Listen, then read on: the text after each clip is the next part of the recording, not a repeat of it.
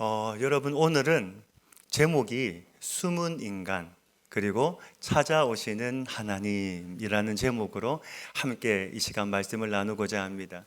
우리가 성경을 읽어보면 창세기부터 요한계시록까지 우리가 한 가지 발견할 수 있는 하나님의 행동, 하나님의 패턴이 있습니다. 무엇이냐면 언제나 변함없는 하나님의 행동인데, 그것은 늘 언제나 우리에게 먼저 찾아오시는 하나님이라는 사실입니다. 아멘이십니까? 사람이 범죄하고 죄를 짓고 숨을 때마다, 또 때로는 우리가 하나님을 피하여 도망갈 때마다 늘 언제나 하나님은 우리에게 먼저 다가와 주시고 우리에게 찾아와 주셨습니다. 한 예가 있는데요, 마태복음 20장의 말씀을 보시면 예수님께서 천국을 설명하시면서 포도원 품꾼의 비유를 말씀하셨습니다. 내용은 이렇습니다. 하루는 주인이 장터에 나가서 일할 사람들을 불러 모았습니다. 총 4번 나가죠. 제3시에, 6시에, 그리고 제9시에, 마지막 11시에 나가서 이 주인은 일할 사람들을 불러 모았습니다. 그 내용의 핵심, 중요한 것은 무엇입니까? 물론 이 말씀은 천국을 설명하는 예수님의 말씀이기도 하지만, 이 말씀 안에서 우리가 한 가지 또 주목해야 될 것은 무엇이냐면, 일꾼들의 열심이 아니라 바로 주인의 반복적인 나가심, 즉 주인의 열심에 있다는 것이죠. 이 사람들은 늘 같은 자리에 머물러 있었습니다. 그런데 주인이 먼저 찾아갔고, 주인이 먼저 이 사람들을 불러주었고, 주인이 먼저 이 사람들에게 일할 기회를 주었다는 겁니다. 이것이 바로 하나님의 은혜인 것이죠. 오늘 우리도 마찬가지입니다. 우리가 먼저 하나님을 찾아간 것이 아니라 하나님이 먼저 우리에게 찾아와 주신 은혜. 오늘 우리가 이 자리에 나온 것도 우리의 공로가 아니라 모든 것이 다 하나님의 전적인 부르심의 은혜인 줄로 믿습니다. 소망하기는 우리 모든 성도님들이 한 분도 빠짐없이 늘 하나님의 은혜 안에서 살아가는 복된 삶이기를 주님의 이름으로 축복합니다. 언제나 변함없는 하나님의 은혜. 우리가 죄를 짓고 숨을 때마다, 때로는 낙심하고 절망해서 넘어질 때마다, 심지어 하나님을 원망할 때에도 하나님은 늘 언제나 우리에게 찾아와 주시고 우리를 품어주시고 당신의 사랑의 손을 내밀어 주셔서 우리를 회복시켜 주셨습니다. 우리는 이것을 하나님의 은혜로 설명을 하지만 또한 성경을 이것을 복음이라고도 말을 하는데, 오늘 말씀 안에 이 복음이 담겨져 있습니다. 오늘 우리가 읽었던 말씀 중에 3장 15절의 말씀을 우리는 흔히 원시복음 또는 최초의 복음이라고 말을 합니다. 즉 성경에 처음 나오는 복음이라는 것이죠. 여러분, 헬라어로 이 말은 복음이라고 하는 말은 유앙겔리온이라는 말을 쓰는데, 뜻은 무엇이냐면 좋은 소식, 복된 소식, 기쁜 소식이라는 뜻을 가지고 있습니다. 즉 하나님께서 첫 번째로 말씀하신 좋은 소식이 바로 3장 15절의 말씀이라는 것이죠. 말씀을 읽다 보면 이런 질문이 하나 생깁니다. 당시에 왜 복음이 필요했을까? 아담이 누굽니까? 하나님의 완벽한 형상을 지닌 사람이죠. 하나님께서 친히 만드신 에덴 동산에서 하나님과 함께 거닐면서 대화했던 그 아담에게 왜 복음이 필요했을까? 여러분, 창세기 3장, 우리가 오늘 함께 보고 있는 말씀은 8절부터 15절까지 말씀인데, 그 앞에 있는 말씀들을 우리가 한번 읽어보면 그 말씀 안에 복음이 왜 필요한지 그 이유를 우리에게 잘 보여주고 있습니다. 이유가 무엇입니까? 바로 인간이 하나님을 대항해서 범죄했기 때문이었습니다. 하나님의 명령은 아주 간단했습니다. 모든 동산에 있는 그 실과는 너희가 마음껏 먹어도 된다. 그러나 단 하나, 동산 중앙에 있는 그 나무의 열매만은 너희가 먹지 마라. 먹는 날에는 너희가 정령 죽으리라. 2장 16절, 17절의 말씀인데요. 우리 같이 한번 읽겠습니다. 창세기 2장 16절, 17절의 말씀입니다. 시작. 여호와 하나님이 그 사람에게 명하여 이르시되 동상 각종 나무의 열매는 내가 임의로 먹되 알게 하는 나무의 열매는 먹지 말라. 내가 먹는 날에는 반드시 죽으리라 하시니라. 아멘. 이 선악과는 특별한 나무가 아니죠. 무슨 신령한 힘이 있는 것이 아니고 능력이 있는 것이 아니고 하나님이 선악과로 지정하셨기 때문에, 하나님이 선악의 기준이라고 말씀하셨기 때문에 이 나무가 의미가 있는 겁니다. 즉 선악과는 하나님이 누구신가를 보여주시는 증표와도 같은 나무였습니다. 그래서 아담은 이 선악과를 볼 때마다 하나님의 하나님 되심을 생각하고, 무엇입니까? 전능하신 하나님을 생각하고 나는 연약한 피조물임을 늘 이 선악과를 보면서 확인할 수 있었습니다. 그리고 더 나아가서 내가 에덴 동산에서 누리고 있는 이 모든 은혜, 하나님의 이 모든 은혜도 이 선악과를 보면서 그는 깨달을 수 있었습니다. 하지만 하와는요, 이 하나님의 말씀을 가볍게 여겼습니다. 결국에는 그 열매를 먹었고 아담도 하나님의 말씀을 어기고 함께 불순종에 동참하고 말았습니다. 하나님께서 만드신 가장 귀한 피조물이 하나님의 말씀을 어기고 죄악에 빠져주는 순간 이 타락하는 이 모습을 지켜보고 계시는 하나님의 마음은 어떠셨을까요? 너무나 안타까운 마음으로 하나님은 지켜보고 계셨을 겁니다. 사람들은 이런 말을 하곤 합니다. 선악과 하나 먹은 것이 뭐 그리 큰 잘못이기에 이렇게 인류의 타락이 일어나고 온 세상이 사망으로 심판을 받게 된단 말인가? 일반적으로 사람들이 생각하는 죄는 내가 행동이나 마음으로 짓는 죄를 생각할 때가 많습니다. 하지만 성경이 말씀하고 있는 죄의 의미는 조금 다릅니다. 성경이 말하는 죄의 의미는 하나님과의 관계 속에서 나오는 죄를 말하고 있죠. 즉 사람의 윤리를 뛰어넘어서 하나님과의 관계 속에서 나오는 죄를 설명하고 있는데, 제가 원어를 가지고 한번 죄를 설명하면 이렇습니다. 여러분, 구약에서 죄는 원어로 하타라는 말을 쓰고 신약에서는 하마르티아라는 말을 씁니다. 여러분, 이 단어 모르셔도 괜찮습니다. 기말고사에 안 나옵니다. 그런데 여러분, 자 한번 보십시오. 네, 죄가 어떤 단어입니까? 구약에서는 하타, 야타 생각하시면 됩니다. 하타라는 말을 쓰고 신약에서는 하마르티아라는 말을 씁니다. 똑같은 의미인데 뜻이 무엇입니까? 관역에서 벗어나는 것, 목표에서 어떻게 해요? 벗어나는 것을 성경에서는 죄라고 말을 하고 있습니다. 무엇을 잘못하는 것도 죄에 속하지만, 내가 행동이나 마음으로 짓는 것도 죄에 속하지만, 성경에서 말하는 것은 무엇입니까? 하나님께서 원하시는 것, 하나님의 목표, 하나님의 관역에서 벗어나는 것도 성경은 죄라고 말씀하고 있다는 사실입니다. 오늘 말씀에 보시면 하나님의 말씀을 어기고 하나님께서 하지 말라고 정해둔 그 목표에서 이탈되어서 죄로 나아간 인간의 모습이 오늘 말씀에 나오고 있는데, 중요한 것은 이런 사람에게 하나님이 찾아오셨다는 사실입니다. 말씀을 한번 보실까요? 3장 9절 말씀 같이 한번 읽겠습니다. 9절 말씀입니다. 시작.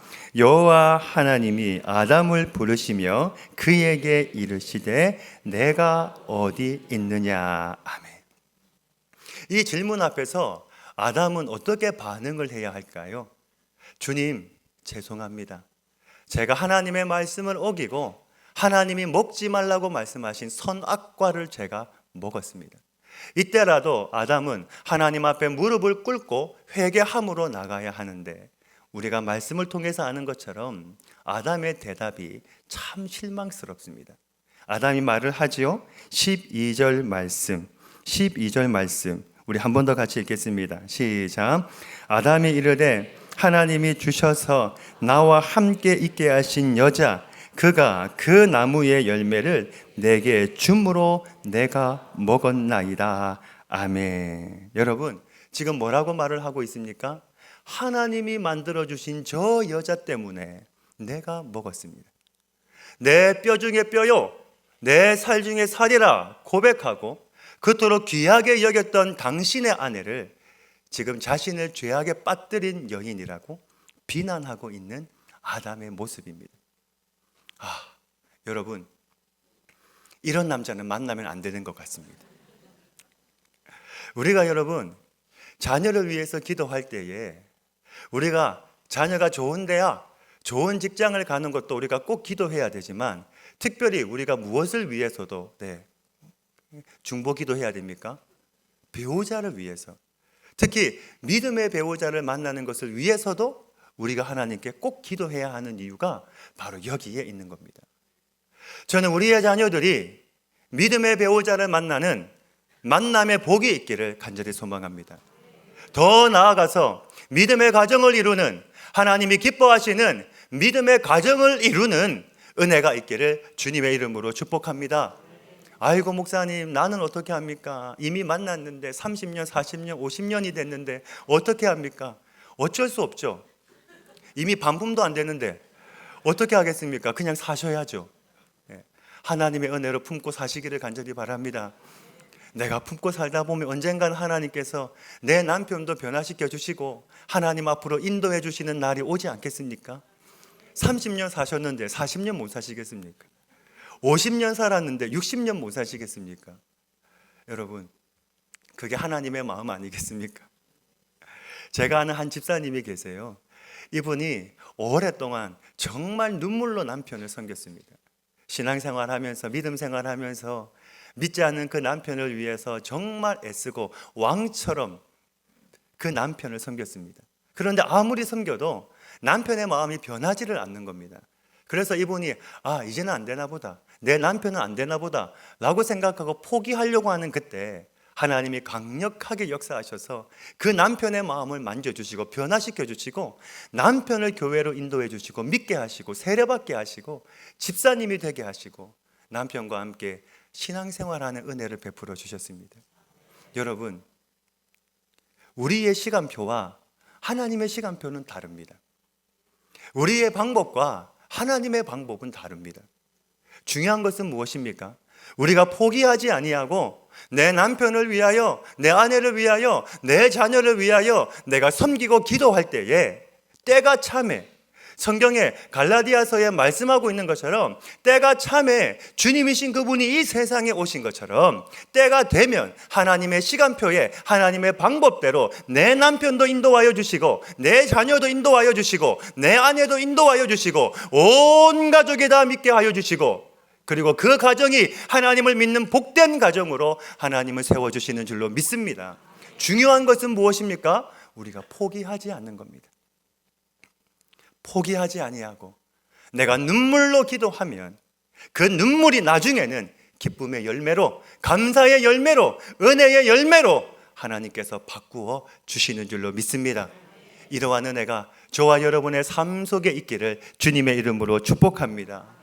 여러분, 인간이 범죄하고 나니까 어떻습니까? 서로 사랑하고 품고 그리고 아끼고 베풀고 섬기는 모습이 다 사라지고 말았습니다. 하나님께서 하와에게도 물으셨습니다. 너는 어찌하여 먹었느냐? 그때 13절에 하와가 이렇게 대답을 합니다. 13절 말씀입니다. 여호와 하나님이 여자에게 이르시되 내가 어찌하여 이렇게 하였느냐? 여자가 이르되 뱀이 나를 꿰므로 내가 먹었나이다. 아멘.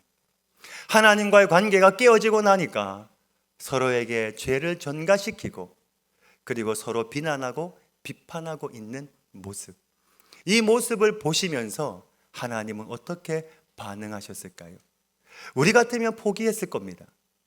그런데 하나님은 3번씩이나 찾아오셨습니다. 아담아, 네가 어디 있느냐? 왜 먹었느냐? 하와, 너는 왜 먹었느냐?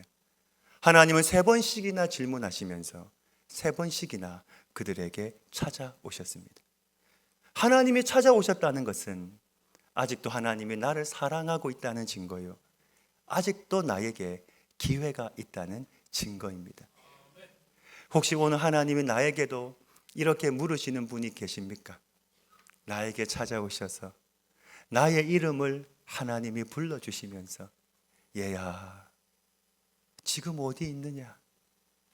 사랑하는 아들아, 사랑하는 딸아, 어디 있느냐? 지금 어디 있느냐?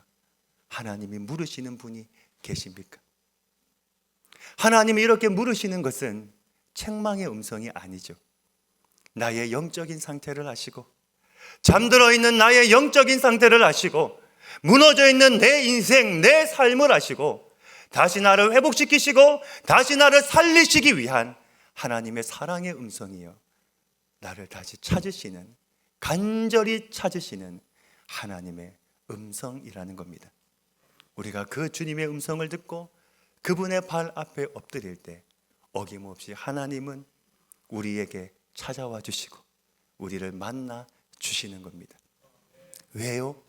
그분이 바로 우리의 아버지가 되시는 하나님이시기 때문입니다. 제발 여러분, 하나님께 피하지 마십시오. 도망가지 마십시오. 숨지 마십시오. 그분의 음성을 듣고 하나님 앞에 나오십시오. 그럴 때 하나님의 은혜로 말미암아, 하나님의 역사로 말미암아 우리의 영이 살아나고 회복되는 놀라운 은혜가 있는 줄로 믿습니다. 이사야 1장 18절 말씀에 보시면 하나님의 초청의 말씀이 있죠. 여호와께서 말씀하시되 오라, 우리가 서로 변론하자. 너희의 죄가 주홍 같을지라도 눈과 같이 희어질 것이요 진홍같이 붉을지라도 양털같이 희게 되리라. 아멘. 여러분, 복음의 시작이 무엇인가요? 복음의 시작은 하나님 앞에 나오는 것입니다. 하나님 앞에 나오면 내 삶의 문제가 아무리 클지라도, 내 인생의 문제가 아무리 산처럼 높을지라도 하나님은 능히 해결하여 주시는 줄로 믿습니다. 왜 그렇습니까? 우리 하나님은 바로 문제보다 크신 전능하신 하나님이시기 때문인 줄로 믿습니다. 그 하나님 믿고 신뢰하는 저와 여러분이 될 수 있기를 주님의 이름으로 축복합니다. 내 시선을 내 환경, 내 문제, 내 삶에 두는 것이 아니라 나의 눈을 들어서 주님을 바라볼 때 문제보다 크신 하나님, 전능하신 하나님, 살아계신 하나님, 만군의 여호와가 되시는 그 하나님께서 내 인생의 모든 문제를 다 해결하여 주시고 내 인생 속에 하나님이 머리요 내 인생의 주인 되심을 하나님 우리에게도 보여주시는 줄로 믿습니다. 이 은혜가 저와 여러분의 삶 속에 가득하기를 간절히 소망합니다. 자, 여러분, 오늘 하나님께서 아담을 찾아오셨죠. 아담이 범죄했을 때 하나님이 오셔서 네가 어디 있느냐, 왜 먹었느냐, 하와 너는 어디 있느냐, 하나님이 물으셨습니다. 그런데 아담은 어떻게 합니까? 그 하나님의 부르심에, 하나님의 초청에 아담은 어떻게 합니까? 아담은 하나님의 얼굴을 피해서 도망가고 말았습니다. 오늘 말씀 10절 말씀에 아담은 이렇게 고백을 합니다. 우리 10절 말씀 같이 한번 읽겠습니다. 시작. 이르되 내가 동산에서 하나님의 소리를 듣고 내가 벗었으므로 두려워하여 숨었나이다. 아멘.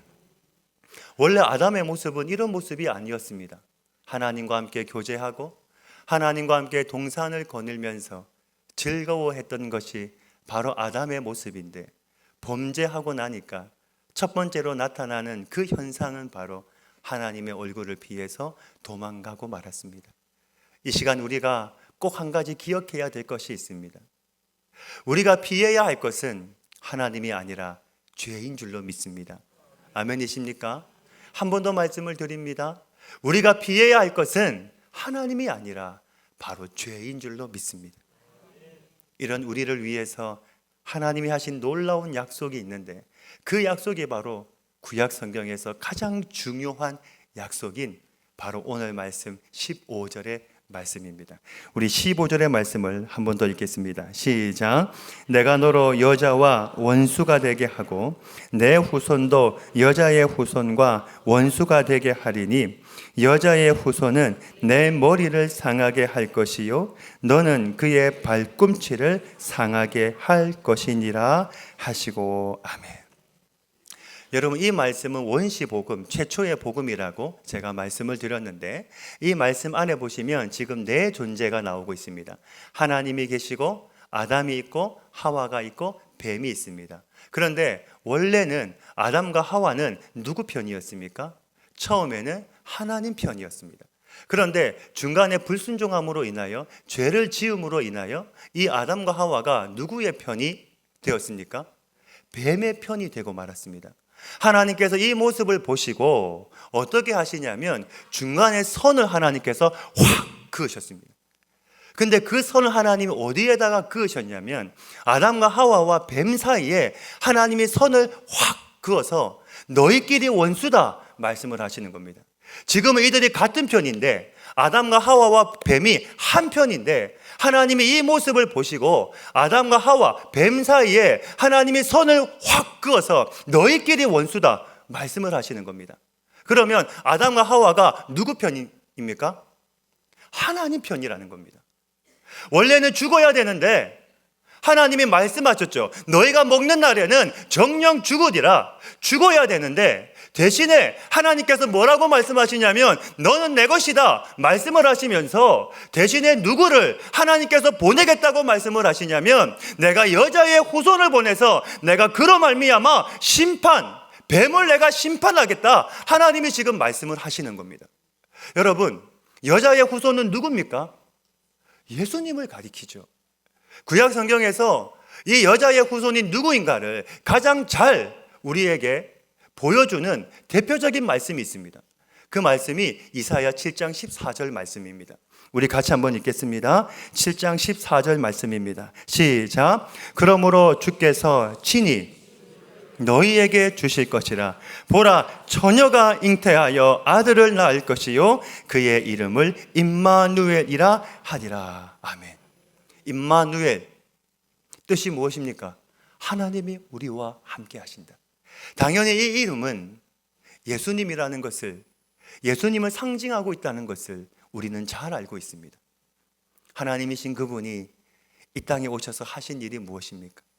죄로 인하여 끊어진 하나님과의 관계를 자신이 친히 인간의 몸을 입고 이 땅에 오셔서 십자가에서 죽으시고 부활하심으로 말미암아 죄와 사망의 권세를 이기시고 우리에게 회복을 주셨습니다. 더 나아가 그 주님을 믿는 자마다, 십자가에 달리신 그 주님을 믿는 자마다 하나님의 자녀가 되는 권세를 주셨을 뿐만 아니라 그 하나님의 은혜와 사랑을 누리고 살아갈 수 있도록 하나님께서 은혜도 베풀어 주셨습니다. 이것이 바로 심판을 넘어서 구원하시는 하나님의 은혜라는 사실입니다. 여러분, 우리가 이 하나님의 은혜를 누리고 있습니다. 한 교회에서 있었던 일입니다. 이 교회가 교인들이 늘어나고 교회가 부흥을 하다 보니까 주차장이 협소해졌습니다. 그래서 옆에 있는 작은 공터가 있어서 이 공터를 좀 교회에서 사용을 했으면 좋겠다 해서 그 주인에게 협조를 요청했습니다. 그런데 그 주인은 교회가 요청할 때마다 거부를 하는 겁니다. 그런데 한 몇 년이 지나고 난 다음에 그 주인으로부터 교회에 연락이 왔습니다. 그 공터 교회에서 사용하십시오. 무상으로 사용하십시오. 그런데 단 조건이 있습니다. 1년 52주인데 51주만 사용하시고 한 주는 사용하지 마십시오. 교회는 그것도 너무 감사해서 아이고 알겠습니다, 감사합니다. 그리고 몇 년을 그 공터를 주차장으로 사용을 했습니다. 시간이 지나고 나니까 성도들의 입에서 불평이 나오기 시작합니다. 아이고, 주인 그냥 1년 동안 다 쓰게 하지 왜 1년 가운데 한 주는 못 쓰게 하나. 성도들이 불평을 하니까 교회 대표로 장로님이 그 주인을 만났습니다. 그리고 부탁을 합니다. 왜 한 주를 쓰지 못하게 하시는 이유가 있습니까? 물었습니다. 그러니 주인이 하는 말이, 그래야 이 땅의 주인이 누군지 알죠. 1년에 51주를 쓰고 한 주를 안 써야 이 땅의 주인이 누구인지 알 것 아닙니까? 그 말을 했다는 겁니다. 여러분 이해가 되십니까? 전 이 말을 딱 듣는데 오늘 말씀 선악과와 똑같구나, 그 마음이 느껴지는 겁니다. 하나님이 말씀하셨습니다. 이 동산에 있는 모든 나무 다 먹어도 된다. 너희 마음껏 해도 된다. 그런데 저 나무만은 안 된다. 무엇을 말씀하는 겁니까? 에덴 동산의 주인이 누구인가를 보여주는 겁니다. 에덴 동산의 주인은 내가 아니라는 겁니다. 에덴 동산의 주인은 하나님이라는 겁니다. 여러분, 이 말씀은 주일 성수도 똑같습니다. 십계명에 하나님이 뭐라고 말씀하셨습니까? 안식일을 거룩하게 지키라. 6일 동안은 너희가 마음껏 해도 된다. 열심히 살고 최선을 다해서 살아도 된다. 그러나 이 날만큼은 안식일, 여호와의 날, 나의 날이기 때문에 하나님 앞에 와서 예배해야 된다. 무엇을 말씀하는 겁니까? 그 하루 안식일을 통하여 하나님이 우리에게 무엇을 말씀하고 있는 겁니까? 하나님, 내 인생의 주인이 내가 아니군요. 하나님의 은혜가 없으면 내가 살아갈 수 없군요. 그것을 고백하는 것이 바로 이 주일, 안식일인 겁니다. 여러분, 이 사실을 알면 내가 신앙생활할 때에도 주일 성수도 우리가 퐁당퐁당 할 수가 없는 겁니다. 왜? 하나님의 은혜가 없으면 살아갈 수 없는데, 내가 하나님의 은혜를 누려야 내가 살아갈 수 있는데, 그러니 내가 어떻게 해요? 6일을 내가 최선을 다해도 주일은 하나님 앞에 나와 예배하고 그 예배를 통해 내가 은혜 받고 그 힘으로 내가 한 주의 삶을 살아가는 것이죠. 여러분, 오늘 저와 여러분의 인생의 주인은 누구십니까? 하나님이십니까? 아멘이 왜 갑자기 적어지십니까? 저와 여러분의 인생의 주인이 누구십니까? 하나님이십니까? 아멘이십니까? 믿음으로 고백하십니까? 맞습니다. 그 고백이 저와 여러분의 믿음의 고백이 되어야 하는 겁니다. 하나님, 내 인생의 주인은 하나님이십니다.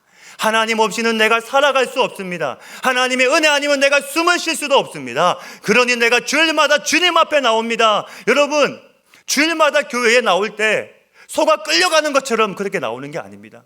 내가 사랑하는 주님, 내가 원하는 주님, 나에게 영원한 생명을 주신 주님, 그 주님 앞에 내가 믿음으로 달려오고 기쁨으로 달려오고 내가 은혜로 달려와서 나에게 주시는 그 은혜, 주님 오늘도 나에게 무엇을 말씀하십니까? 나에게 어떤 은혜를 하나님 주기를 원하십니까? 우리가 그 은혜를 받아 가야 되는 것입니다. 여러분, 주님 앞에 나올 때 믿음으로 나오시기를 주님의 이름으로 축복합니다. 은혜를 사모하는 마음으로 나오시기를 간절히 소망합니다.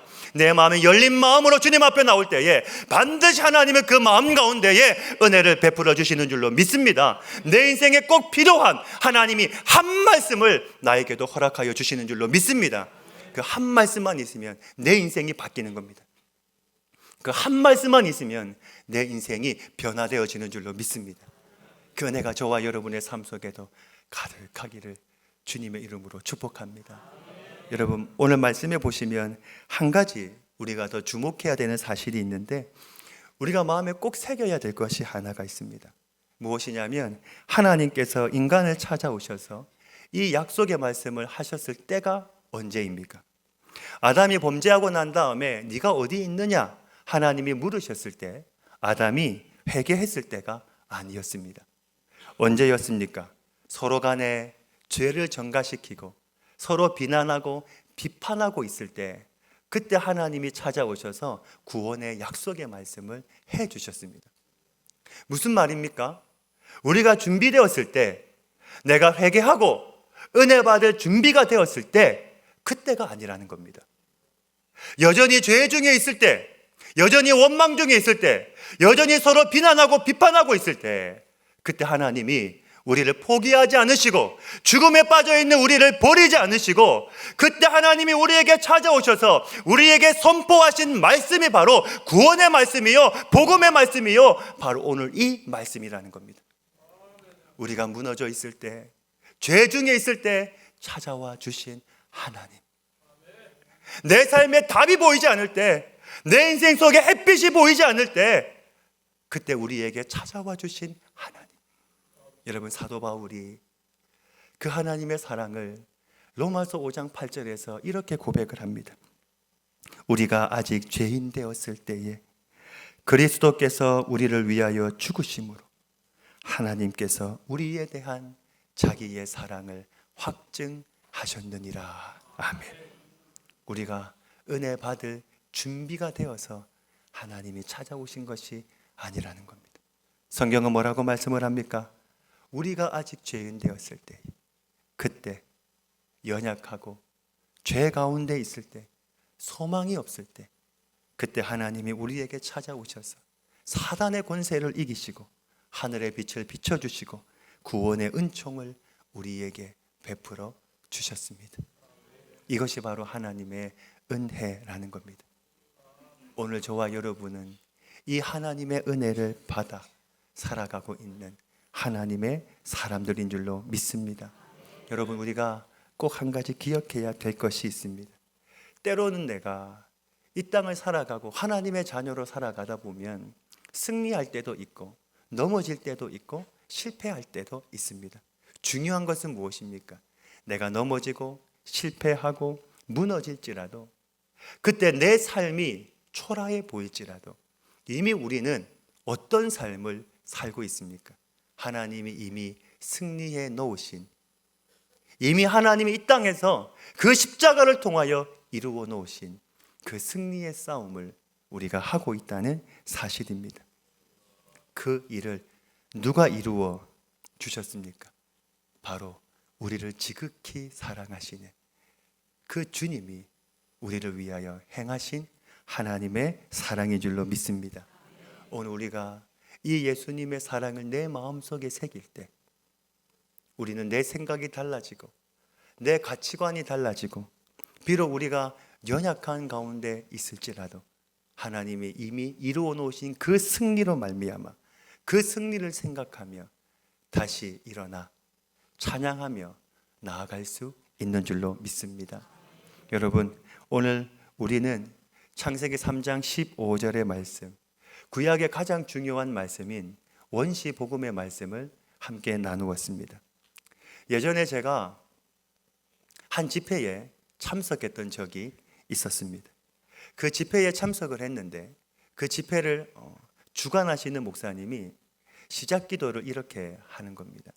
그 내용이 참 인상 깊어서 제가 메모를 해둔 적이 있었는데 그 내용은 이렇습니다. 거룩하신 하나님, 우리는 목마릅니다. 이대로는 안 됩니다. 진짜가 필요합니다. 진정 하나님을 만나야 합니다. 이번만은 달라지게 하여 주시옵소서. 이번만은 우리의 영혼이 깨어나게 해 주시옵소서. 더 이상 미루면 안 됩니다. 우리를 살려 주시옵소서. 우리를 살려 주시고 새롭게 하여 주시옵소서. 그분이 이렇게 시작 기도를 하는데 그 간절함이 느껴지는 겁니다. 여러분, 오늘 하나님의 저와 여러분을 향한 마음이 이러한 마음 아니겠습니까? 혹시 하나님 앞에서 숨고 계시는 분이 있으십니까? 실패 속에, 내 삶의 문제 속에, 죄책감 속에, 심지어 인생에 내 삶에 찾아온 수많은 어려움, 두려움, 그 갈등으로 인하여 하나님으로부터 숨고 계신 분이 있으십니까? 그렇다면 오늘 주님이 우리에게 물으실 겁니다. 사랑하는 아들아, 사랑하는 딸아, 네가 어디 있느냐? 그 음성은 우리를 향한 책망의 음성이 아니라 우리를 사랑하시고 간절히 찾으시는 하나님의 사랑의 음성이요, 초청의 음성입니다. 그 음성을 듣고 우리가 주님 앞에 나오기만 하면 하나님은 어김없이 우리에게 찾아와 주시고 우리에게 당신의 은혜의 빛을 비추어 주시고, 그리고 우리는 이 땅에서 천국의 감격을 누리며 살아가게 될 것입니다. 내 삶이 어려워도, 내 삶이 힘들어도 주님 한 분만 있으면 내가 걸어가는 그 길이 내 인생에서 가장 좋은, 가장 복된 길, 생명의 길, 은혜의 길이 되는 줄로 믿습니다. 여러분, 사람은 늘 숨으려고 합니다. 사람은 늘 숨으려고 합니다. 그리고 하나님은 늘 우리에게 찾아오십니다. 하나님은 늘 우리에게 찾아오십니다. 내가 숨을 때마다, 도망갈 때마다 하나님은 어김없이 우리에게 찾아오십니다. 찾아오셔서 화를 내지 않으십니다. 물으십니다. 네가 어디 있느냐? 왜 먹었느냐? 하와, 너는 왜 먹었느냐? 우리에게 물으십니다. 오늘 그 주님의 음성을 듣고 계십니까? 그 주님의 음성을 듣고 주님의 얼굴을 피하고 낯을 피하고 숨고 도망가는 것이 아니라 그 주님의 음성을 들을 때에 그 주님 앞에 무릎을 꿇고 엎드리시기를 바랍니다. 하나님, 저를 살려주시옵소서. 이대로는 안 되겠습니다. 하나님의 은혜가 필요합니다. 다시 일어나게 하여 주시옵소서. 그러면 그 주님은 변함없이 나의 손을 잡아주시고 우리를 일으켜 세워주시고 내가 이 땅에서 천국의 감격을 누리며 살아가도록 그 기쁨과 은혜를 우리의 삶에 허락하여 주실 줄로 믿습니다. 이번 한 주간 동안도 숨지 마십시오. 피하지 마십시오. 도망가지 마십시오. 하나님 앞으로 한 걸음이라도 달려나오십시오. 그리고 그 자리에서 엎드리십시오. 주님의 이름을 찾으십시오. 하나님의 이름을 부르십시오. 기도하십시오. 찬송하십시오. 그럴 때 하나님은 어김없이 우리를 만나주시고 내 삶을 통하여 하나님의 영광, 하나님의 은혜가 드러나도록 우리의 삶을 인도하여 주시고 내 삶이 복된 삶이 되도록 하나님은 허락하여 주시는 줄로 믿습니다. 이번 한 주간도 그렇게 살아가시는 저와 여러분의 삶이 될 수 있기를 우리 주님의 이름으로 축복합니다. 아멘. 아버지 하나님, 하나님의 은혜를 바라봅니다. 사람은 늘 숨습니다. 사람은 늘 도망갑니다. 늘 하나님의 얼굴을 피합니다. 하나님, 우리는 숨지 않게 하시고 도망가지 않게 하시고 하나님의 얼굴을 피하지 않도록 도와주시고 늘 나를 찾아오시는 하나님, 늘 나에게 말씀하여 주시는 하나님, 네가 어디 있느냐, 어디 있느냐, 그 주님의 음성을 듣고 주님 앞에 무릎을 꿇고 하나님 하늘의 영광의 빛이 내 삶에 비추어지고 내가 이 땅에서 천국의 삶을 누리며 살아가도록 우리의 삶을 인도하여 주시옵소서. 이 모든 말씀 예수님의 이름으로 기도하옵나이다. 아멘.